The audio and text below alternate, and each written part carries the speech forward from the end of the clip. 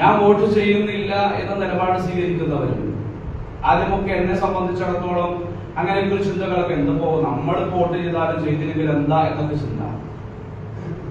സത്യത്തിൽ അതൊക്കെ കുറച്ച് തീവ്രത കൂടിയ ആളുകളിൽ നിന്ന് വരുന്ന ചിന്തകളാണ്.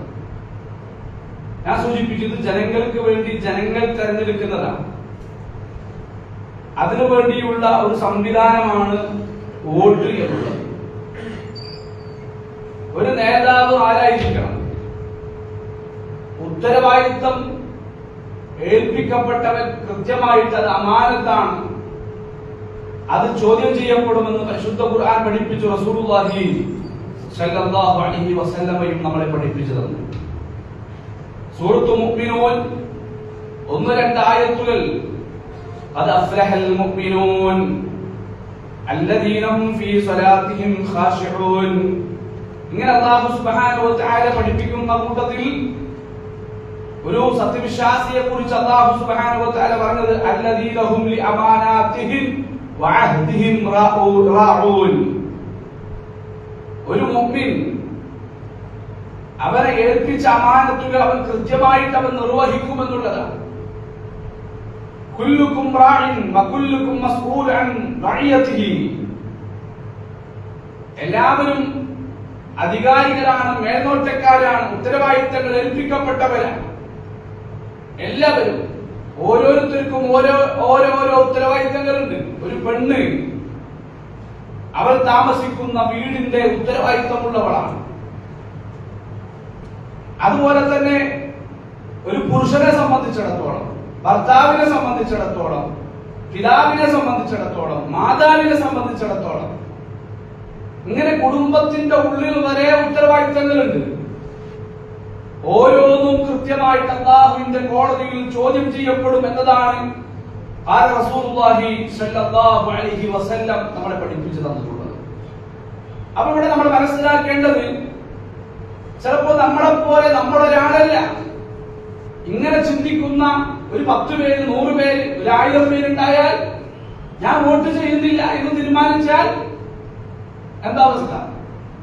ഞാൻ വോട്ട് ചെയ്യുന്നില്ല എന്ന് അങ്ങനെ തീരുമാനിച്ചു കഴിഞ്ഞാൽ നീതിമാനായ ഒരു ഭരണാധികാരി, നാടിന് ആവശ്യമുള്ള ഒരു ഭരണാധികാരി വരാത്തൊരവസ്ഥയായിരിക്കും ഉണ്ടാവുക. അത് വഴിയൊരുക്കിയതാരാ? നമ്മളാണ്. ഇനി ബഹുദൈവ വിശ്വാസികൾ ഭരിക്കുന്ന നാട്ടിൽ ജീവിക്കാൻ പാടില്ല, അവർക്ക് വേണ്ടി വോട്ട് ചെയ്യാൻ പാടില്ല, അങ്ങനെ ഇസ്ലാമിൽ അങ്ങനെ എന്തെങ്കിലും നിയമങ്ങളുണ്ടോ? ലോകത്ത് കഴിഞ്ഞുപോയ അമ്പിയാക്കന്മാരുടെ ചരിത്രങ്ങളൊക്കെ നമ്മൾ പരിശോധിച്ചു നോക്ക്. ഇബ്രാഹിം നബി അലൈഹിസ്സലാത്തു വസ്സലാം ഇസ്ലാമിക രാജ്യത്തെ ജീവിച്ചത്. മൂസ നബി അലൈഹിസ്സലാത്തു വസ്സലാം ഇസ്ലാമിക രാജ്യത്തെ ജീവിച്ചത്. അതുപോലെയുള്ള റസൂൽ സല്ലല്ലാഹു അലൈഹി വസല്ലമ, മുഹമ്മദ് നബി അടക്കം സല്ലല്ലാഹു അലൈഹി വസല്ലം നമ്മൾ പരിശോധിച്ചു. ഒരു ഇസ്ലാമിക രാജ്യത്താണോ തുടക്ക കാലഘട്ടത്തിൽ, അതല്ലെങ്കിൽ പ്രവാചകനായി ഉണ്ടായിരുന്ന ഒരു കാലഘട്ടത്തിലൊക്കെ ഉണ്ടായിരുന്നത് ഇസ്ലാമിക നാട്ടിലാണ്? അല്ല, അവർ ജീവിച്ചു. പ്രതിസന്ധികൾ ഉണ്ടായിരുന്നു. അപ്പൊ പ്രവാചകൻ സല്ലല്ലാഹു അലൈഹി വസല്ലം പറഞ്ഞു, നിങ്ങൾ ഹബശയിലേക്ക് പോയിക്കോ, അവിടെ ഒരു നേതാവുണ്ട്. ആരാ? നജ്ജാശി രാജാവ്. നജ്ജാശി രാജാവ് അന്ന് മുസ്ലിമായിട്ടില്ല. നജ്ജാശി രാജാവ് അന്ന് മുസ്ലിമായിട്ടില്ല. പക്ഷെ പ്രവാചകൻ സല്ലല്ലാഹു അലൈഹി വസല്ലം അവരെ പറഞ്ഞയച്ചു. ജഅഫർ ഇബ്നു അബീ താലിബിന്റെ നേതൃത്വത്തിൽ ഒരുപറ്റം മുസ്ലിങ്ങളെ പ്രവാചകൻ സല്ലല്ലാഹു അലൈഹി വസല്ലം നിങ്ങൾ പോയിക്കോ, പീഡനങ്ങളും പ്രതിസന്ധികൾക്കൊക്കെ വരപ്പം ആശ്വാസം കിട്ടും, നിങ്ങൾ പോയിക്കോ. ജഅഫർ ഇബ്നു അബീ താലിബ് റളിയല്ലാഹു അൻഹു പോയി, നേതൃത്വം വഹിച്ചിട്ട് പോയി. നജ്ജാശി രാജാവ് ഇസ്ലാമായിട്ടില്ല, മുസ്ലിമായിട്ടില്ല, മുഅ്മിനായിട്ടില്ല. പക്ഷേ തന്റെ കീഴിൽ ജീവിക്കുന്നവരോട് അക്രമം കാണിക്കുകയില്ല, അനീതി കാണിക്കുകയില്ല.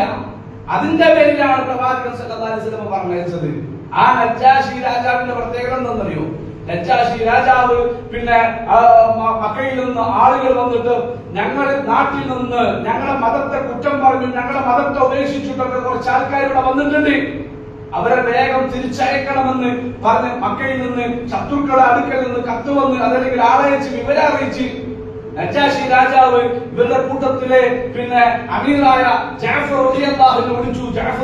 ജഅഫർ ഇബ്നു അബീ ത്വാലിബ്, അബൂ താലിബ് നമുക്കറിയാം, എളാപ്പ ഹിദായത്ത് സ്വീകരിക്കാതെ മരിച്ചിട്ട്, ഹിദായത്ത് കിട്ടാതെ മരിച്ചിട്ട് അവസാനം പ്രവാചകൻ സല്ലല്ലാഹു അലൈഹി വസല്ലമ പിന്നെ വിഷമിച്ചിരിക്കുമ്പോൾ ഇന്നക ലാ തഹ്ദീ മൻ അഹ്ബബ്ത വലാകിൻ അല്ലാഹു യഹ്ദീ മൻ യശാ എന്ന ആയത്തിറക്കിയ പിന്നെ റസൂലുള്ളാഹിന്റെ വാപ്പയുടെ പിന്നെ അനിയൻ അല്ലെങ്കിൽ സഹോദരൻ അബൂ താലിബിന്റെ മകൻ ജഅഫർ റളിയല്ലാഹു അൻഹു ഇസ്ലാം മതം സ്വീകരിച്ച് മുസ്ലിമായി ജീവിച്ച് അവസാനം പ്രവാചകന്റെ കൽപ്പന അനുസരിച്ച് ഹബശയിലേക്ക് എന്ത് ചെയ്തു? ഹിജറ പോയി. നജാശി രാജാവ് വിവരാന്വേഷിച്ചു, നിങ്ങൾ ആരാ, നിങ്ങളെ പ്രശ്നം എന്താ, നിങ്ങൾ എന്തിനാ വന്നത്, അല്ലെ, എന്താ പ്രശ്നം? അപ്പോ ഞങ്ങള് പിന്നെ നമ്മൾ മുസ്ലിങ്ങളാണ്, അല്ലെ, ഇന്ന കാരണങ്ങൾ കൊണ്ടൊക്കെ ഞങ്ങൾ മുസ്ലിമായി. നിങ്ങളുടെ ചരിത്രം ഞാൻ അത് വിശദീകരിക്കുന്നില്ല. ഖുർആൻ, ആ ഖുർആനെ കുറിച്ച് ചോദി കൊടുത്തു. ഇതാണ് ഖുർആൻ അന്ന് ജഅഫർ റളിയല്ലാഹു അൻഹു ഓതിയത്. കാഫ് ഹാ യാ ഐൻ സാദ്, അല്ലേ, സൂറത്തു മറിയമിന്റെ ആദ്യ വചനങ്ങൾ ഓതി കേൾപ്പിച്ചു കൊടുത്തു. അത്ഭുതപ്പെട്ടു പോയി നജാശി രാജാവ്, അത്ഭുതപ്പെട്ടു പോയി. നജാശി രാജാവിന്റെ ചോദ്യം, ആരാണ് ഈസാ നബി അലൈഹിസ്സലാത്തു വസ്സലാം? ജഅഫർ റളിയല്ലാഹു അൻഹു പറഞ്ഞു, ഈസാ നബി അലൈഹിസ്സലാത്തു വസ്സലാം അല്ലാഹുവിന്റെ അടിമയാണ്. ഈസാ നബി അലൈഹിസ്സലാത്തു വസ്സലാം അല്ലാഹുവിന്റെ ദൂതനാണ്. ഈസാ നബി അലൈഹിസ്സലാത്തു വസ്സലാം അല്ലാഹുവിന്റെ റൂഹിൽ നിന്നുണ്ടായതാണ്. ഈസാ നബി അലൈഹിസ്സലാത്തു വസ്സലാം ആ രൂപത്തിൽ ഈസാ നബിയുടെ പ്രത്യേകതകളെ എല്ലാം ജഅഫർ ഇബ്നു അബീ ത്വാലിബ് റളിയല്ലാഹു അൻഹു വിശദീകരിച്ചു കൊടുത്തപ്പോൾ ജഅഫർ പറഞ്ഞത് മുഴുവൻ സത്യമാണ് എന്ന് പിന്നെ വിശ്വസിച്ചുകൊണ്ട് പ്രഖ്യാപിച്ചുകൊണ്ട് രഹസ്യമായിട്ട്, കാരണം രഹസ്യമായിട്ട് എന്ന് പറയാനുള്ള കാരണം ഒരു കലാപം, ഒരു അക്രമവും, ഒരു അനീതി ഇഷ്ടപ്പെടാത്ത ആളാണ് നജാശി. അതുകൊണ്ട് താൻ മുസ്ലിമായി എന്ന് അറിഞ്ഞു കഴിഞ്ഞാൽ പ്രശ്നമാണല്ലോ, നാടിൽ ഒരുപാട് പ്രശ്നങ്ങൾ ഉണ്ടാകുമല്ലോ. അതുകൊണ്ട് രഹസ്യമായിട്ട് പ്രവാചകൻ സല്ലല്ലാഹു അലൈഹി വസല്ലമയെ അറിയിച്ചിട്ടുണ്ടായിരുന്നു, ഇസ്ലാം മതം സ്വീകരിച്ചു. അല്ലേ, ഈ നജാശി രാജാവ് മരിച്ചു. മരിച്ചപ്പോ അന്നത്തെ പോലെ മൊബൈലില്ല, വാട്സാപ്പില്ല, ഫേസ്ബുക്കില്ല, ഇവരറിയണല്ലോ. ജിബ്രീൽ അലൈഹിസ്സലാത്തു വസ്സലാമിനെ വിട്ടുകൊണ്ട് അല്ലാഹു സുബ്ഹാനഹു വ തആല പ്രവാചകൻ സല്ലല്ലാഹു അലൈഹി വസല്ലമയെ വിവരമറിയിക്കുകയാണ്. അത്രയേറെ പവിത്രതയുള്ള ഒരു മനുഷ്യരാണ് നജാശി രാജാവ്.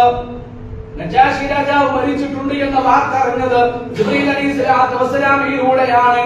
പ്രവാചകൻ സല്ലല്ലാഹു അലൈഹി വസല്ലം അദ്ദേഹത്തിന്റെ മറഞ്ഞ മയ്യത്തിനു വേണ്ടി നമസ്കരിച്ച ചരിത്രം ഞാൻ വിശദീകരിക്കേണ്ട ആവശ്യമില്ല. അപ്പൊ ഒരു മനുഷ്യൻ പിന്നെ മുസ്ലിമല്ല, മുഅ്മിനല്ല എന്ന് വിചാരിച്ച് അദ്ദേഹത്തിന്റെ കീഴിൽ ജീവിക്കുക, അതിന് ഇസ്ലാം തടസ്സം നിൽക്കുന്നില്ല എന്നാണ് പറയാൻ വേണ്ടിയിട്ടാണ് ഈ ചരിത്രം ഞങ്ങളുടെ മുമ്പിൽ പഠിപ്പിച്ചു തന്നിട്ടുള്ളത്. അതുകൊണ്ട് നമ്മളൊക്കെ വോട്ട് ചെയ്യണം. വോട്ട് ചെയ്യുകയില്ല എന്ന് പറയുക, അതാണ് അക്രമമായിട്ട് നമ്മൾ ഓരോരുത്തരും മനസ്സിലാക്കേണ്ടതുണ്ട്. അർഹരായ ആൾക്കാരെ നമ്മൾ എന്ത് ചെയ്യുക? തെരഞ്ഞെടുക്കുക. പരിശുദ്ധ ഖുർആൻ കൃത്യമായിട്ട് 28-ാം അധ്യായം 26-ാമത്തെ ആയത്തിലൂടെ നമ്മളെ പഠിപ്പിച്ചല്ലോ, ഇന്ന ഖൈറ മൻ ഇസ്തഅജർതൽ ഖവിയ്യുൽ അമീൻ. തീർച്ചയായിട്ടും ഒരു ഉത്തരവാദിത്തമുള്ള ഒരാളെ ഏൽപ്പിക്കുമ്പോൾ നമ്മൾ ശ്രദ്ധിക്കേണ്ടത് അത് പിന്നെ കൂവത്തുള്ള, ഒരു കവിയുള്ള, ഒരു കഴിവുള്ള, ഒരു ശക്തിയുള്ള, അതുപോലെ തന്നെ വിശ്വസ്തനായ ഒരാളെ ആയിരിക്കണം നിങ്ങൾ എന്ത് ചെയ്യേണ്ടത്. ഈ രൂപത്തിലുള്ള എന്തെങ്കിലും ജോലികൾ ഏൽപ്പിക്കുമ്പോ, അതുപോലെ തന്നെ പിന്നെ ഈ രൂപത്തിൽ ഉത്തരവാദിത്തങ്ങളൊക്കെ ഏൽപ്പിക്കുമ്പോ പിന്നെ അതിന് കഴിവുള്ള ആളുകളെ ആയിരിക്കണം നിങ്ങൾ സെലക്ട് ചെയ്യേണ്ടത്. മൂസാ നബി അലൈഹിസ്സലാത്തു വസ്സലാമിയുടെ ചരിത്രവുമായി ബന്ധപ്പെട്ടുകൊണ്ട് അല്ലാഹു സുബ്ഹാനഹു വ തആല പഠിപ്പിക്കുമ്പോൾ വിശ്വസ്തരായ ആൾക്കാരെ നിങ്ങൾ ഏൽപ്പിക്കുക എന്ന് അല്ലാഹു സുബ്ഹാനഹു വ തആല പഠിപ്പിക്കുന്നുണ്ട്. ധാർമ്മികതയുള്ള, സത്യസന്ധതയുള്ള, സമൂഹത്തിന് ഉപകാരമുള്ള, അല്ലെ, സമൂഹത്തിനോട് ദ്രോഹം കാണിക്കുന്നവരാകരുത്, സമൂഹത്തെ വഴികേടിലേക്ക് കൊണ്ടുപോകുന്നവരാകരുത്. ആധുനിക കാലഘട്ടത്തിന്റെ അവസ്ഥകൾ നമ്മൾ പരിശോധിച്ചാൽ നമുക്കിന്ന് കാണാൻ കഴിയും. ആണിനെ കല്യാണം കഴിക്കുന്നു, പെണ്ണിനെ കല്യാണം കഴിക്കുന്നു. ഇതൊന്നും പ്രശ്നമില്ലാത്തൊരു കാലഘട്ടം. അത്തരത്തിലുള്ള പിന്നെ ഒരു മതത്തെ അവഹേളിക്കുന്ന രൂപത്തിലുള്ള അവസ്ഥയിലേക്കല്ല, അത്തരത്തിലുള്ള ഭരണാധികാരികളെയല്ല നമുക്ക് ആവശ്യമുള്ളത്. നമുക്ക് ആവശ്യമുള്ളത് സത്യസന്ധന്മാരായ, ധാർമ്മികതയുള്ള, സമൂഹത്തിന് ഉപകാരങ്ങൾ ചെയ്തു കൊടുക്കുന്ന ആരായിരിക്കണം. അതേതായിക്കോട്ടെ, ഏത് മതമായിക്കോട്ടെ, മുസ്ലിം ആയിക്കോട്ടെ, അമുസ്ലിം ആയിക്കോട്ടെ, ഹിന്ദു ആയിക്കോട്ടെ, ക്രിസ്ത്യാനി ആയിക്കോട്ടെ, അതൊന്നും ഇവിടെ വിഷയമല്ല. അതൊന്നും വിഷയമല്ല. ഒരു അമുസ്ലിമിന്റെ കീഴിൽ നമ്മൾ ജീവിക്കാൻ പാടില്ല. അങ്ങനൊന്നും ഇസ്ലാം എവിടെയും പഠിപ്പിച്ചിട്ടില്ല. എവിടെയും പഠിപ്പിച്ചാൽ നമുക്ക് കാണാൻ പറ്റില്ല.